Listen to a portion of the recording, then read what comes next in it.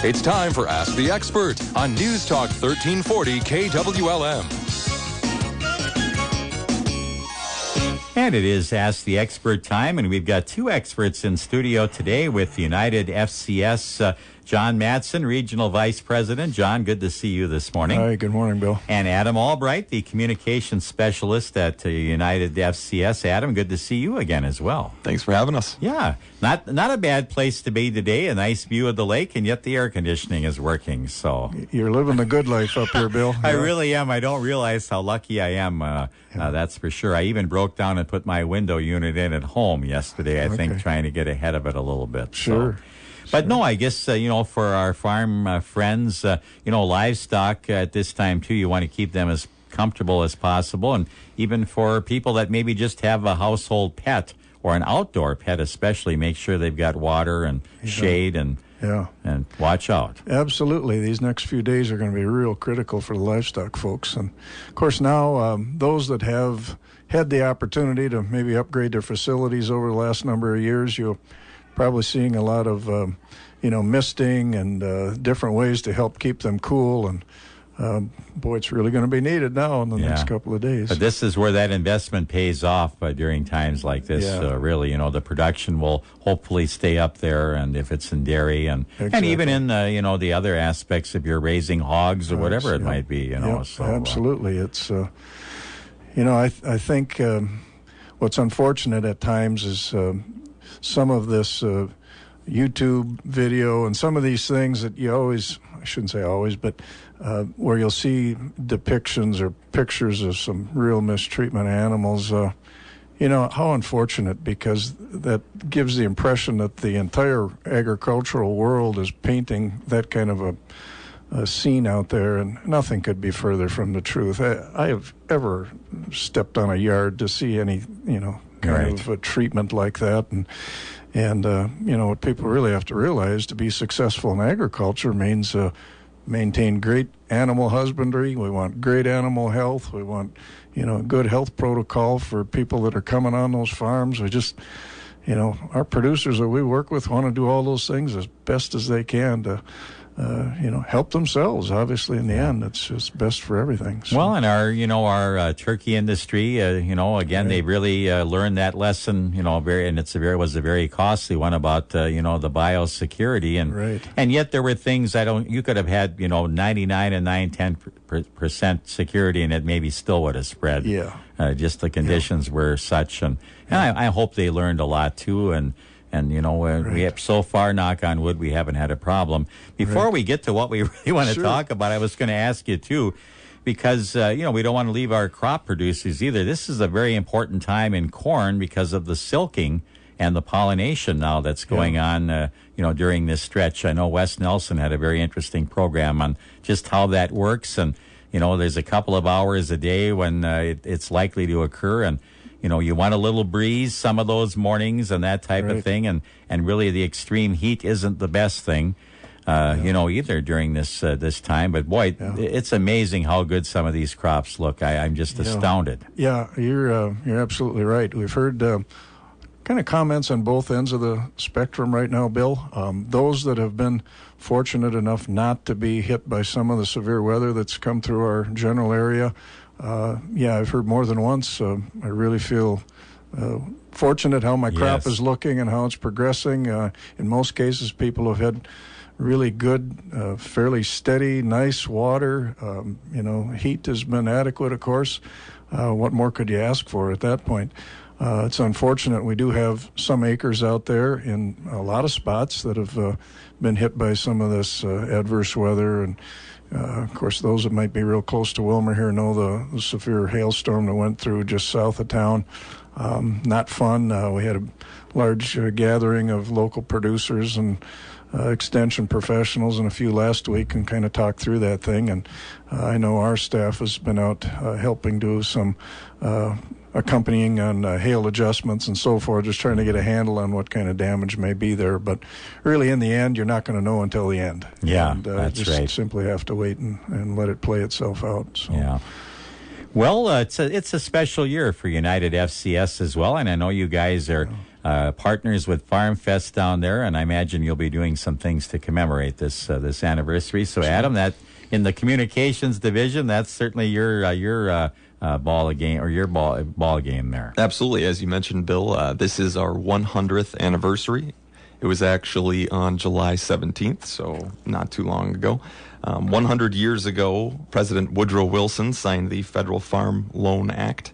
And since then, that's kind of given way to what we know today as the farm credit system. So, yep, absolutely 100 years in business of serving rural America and agriculture. We provide sound and consistent credit, whether it be the Dust Bowl or within the farm crisis of the 80s and into today's market now. So highs and lows, we've always kind of been there. And so, 100 years is quite a big anniversary. Obviously, Lakeland Broadcasting is celebrating a big anniversary as well, 75 years. These anniversaries are very important to business. We're not just helping farmers. I mean, we're also in these local communities. That's why we like to say rural America as well, because a lot of our employees, they work for United FCS, but then obviously they go out, they spend money in the local communities. Their kids go to the local schools and everything like that. So I think overall it's just a great situation for everybody. It's important to mark this milestone. And as you mentioned as well, we will be celebrating at Farmfest, but we've also been celebrating kind of since the beginning of 2016. A lot of farm credit associations have kind of done their own thing. We just made the decision to celebrate all of 2016 instead of just actually some started last year after July to this July, where we just feel it's better just to celebrate all of 2016. Yeah. So we got quite a bit going on. If you've seen any of our advertisements or anything like that, you'll notice the Farm Credit 100 logo. If you come out to Farmfest, you'll also see the Farm Credit 100 logo around as well. Yeah, well, it's terrific, and it's something that when you have that stability like that, there's something about state of mind too. Like we were talking with these crops, you never know when you plant, what exactly you're going to harvest. A lot of times you can do everything according to the book, so to speak, maybe even go beyond, some of the recommendations, and still, the weather can deal you a real tough blow or whatever. But like you said, this is the time, where your lender can really be a difference maker too, and kind of just reassuring you that, this isn't going to be a disaster that you can't recover from, so. Yeah. Yeah, certainly, it's our goal to help everybody continue to be successful as much as they can be in their business. Reality of life means that, there are challenges at times, and I guess what we try to do is sit back and look and see how we can help adjust, and is there some good feasibility without making a financial hardship so difficult to try to climb out of? Of course, those are things that you need to visit with people about. But at the same time, yes, being there and providing that assurance that hopefully we can get through it is certainly important. Well, again, it isn't just the farmers that you deal with either. You have other customers, certainly. And is that a growing aspect of the business too? Some of these other, peripheral lending opportunities that are out there?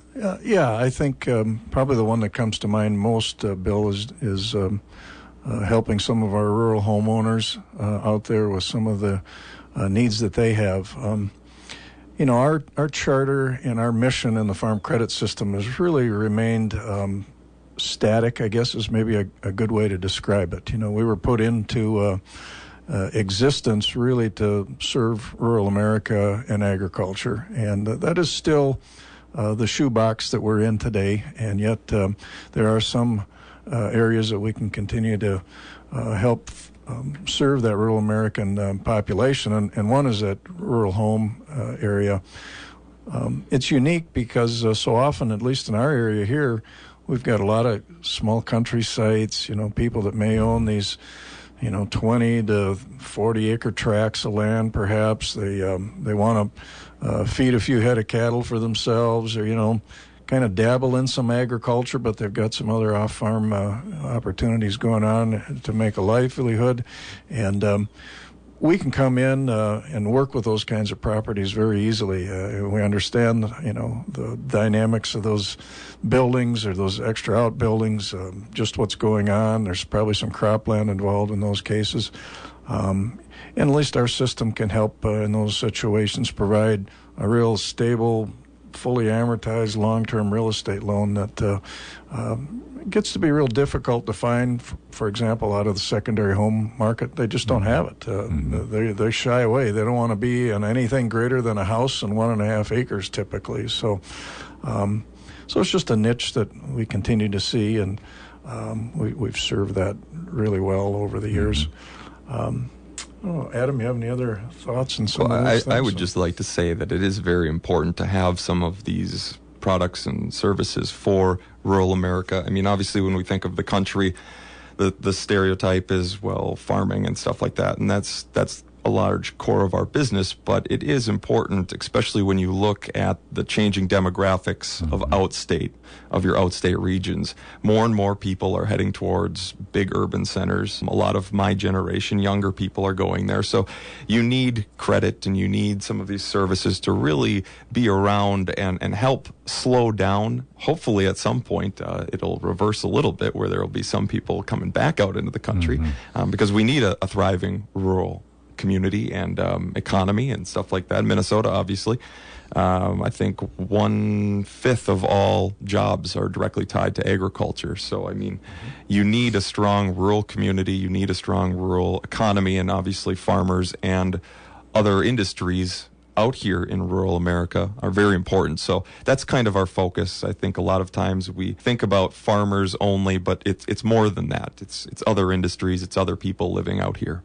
And sometimes these industries would be able to grow more, but they just can't simply hire the manpower, because exactly like you said, a lot of that people, that age group that they might be looking for, it's, you got to have some incentive for them to move back into the country, I guess. And there's a few challenges, such as broadband, for example. My generation is very much into digital. You think about Netflix, people going away from whether it be DirecTV or some type of cable provider and just going on to Netflix. Well, you need a good internet connection. But it's not just also my generation. I think you would also have to say, well, look at all the precision agriculture that's going on. Right. Look at how technology is advancing. You need broadband or some type of reliable and consistent connection for internet, and unfortunately we're not quite in that business, but it's certainly a need that we also see, and if we can help support those people within our charter, of course, I think it's a good idea. It sounds like there's some people that wouldn't mind getting into the business to try to provide that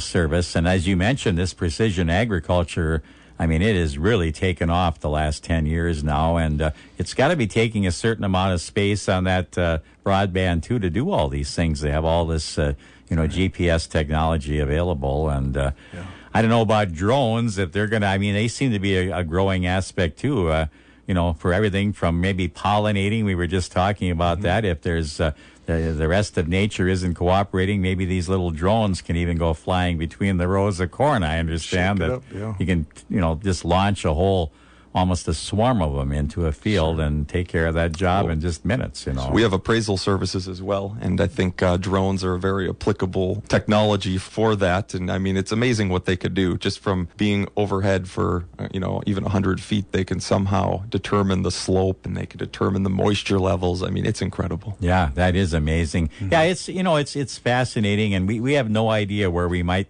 if we're sitting here 5 years from now, even some of the things. And sometimes it doesn't really get into the mainstream media either until some of this stuff has been out there a while. Right. It seems like it's, you don't even realize what's going on, I guess. Well, Farmfest, where will we find United FCS? And tell us again, Adam, what was kind of some of the highlights of what you're going to be doing down there? Absolutely. Well, United FCS is a corporate sponsor of Farmfest. So we will be right outside of the WIC building, where we have been for the past couple years. We're certainly in a big white tent, or at least traditionally we have. We have several things going on. We have a kids' corner. We're one of the few entities that actually has something for kids. We give away water, which might be good, depending on how the weather goes, and peanuts as well, so a little snack. You can usually register for prizes and win a few small prizes as well. The past couple of years, we've had bean bags and just stuff like that, a little fun activity. So there's something for everybody. We're right by the big forum building, so, I mean, go in, hear your politicians, hear some of the big speakers, and then come have a conversation with us. We'd love to see you there. Yeah. You guys, you'll both be there all 3 days, then I assume, or? Well, we've got a pretty large staff. Yeah, you really do. Among all of our regional locations here in Minnesota. So what we try to do is just set up some rotating shifts, and that gives everybody an opportunity to get out and experience Farmfest, and it's just good. I know whenever I'm down there, I can spend my time in our tent and then do some walking around the site, and I'm doing just as much visiting with people we run into there as we did in the tent. So it's just a good, promotional activity, and just nice to hear what's going on in the country. So, yeah. Well, that's terrific. And again, these interest rates, they continue to be.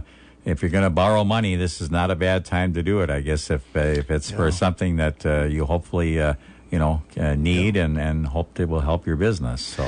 Yeah, there's been a downtick in fixed interest rates again here recently. Of course, a lot of worldwide events are helping drive that factor. But you're absolutely right, Bill. Fixed interest rates are certainly very attractive from anything from capital purchases to real estate right now. And yeah, we would encourage anybody who's got a need in that area, by all means, come in and have a visit. So. All right.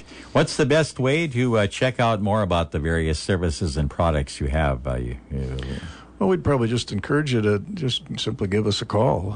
That's one easy way to do it. You can also make an initial contact through our website and UnitedFCS.com, and just simply browse around in there a little bit. I know Adam does a great job in doing some of our social media pieces out there too. So do you guys have a Twitter? You have individual Twitter accounts and Facebook, things like that? Twitter, Google Plus, LinkedIn. Wow. I mean, you name it.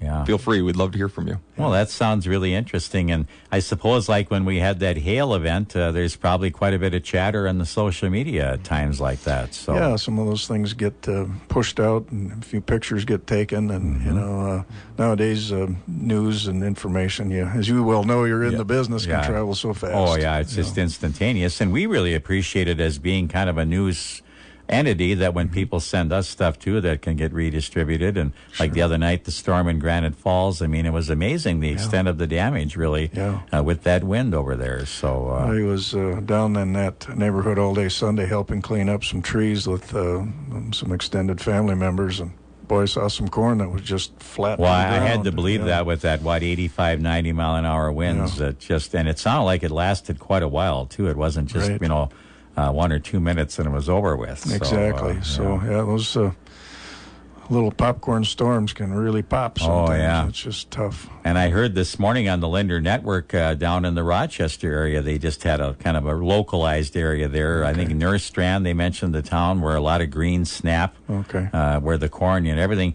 That's what we said. Everything looks beautiful where you haven't had an event, but it's...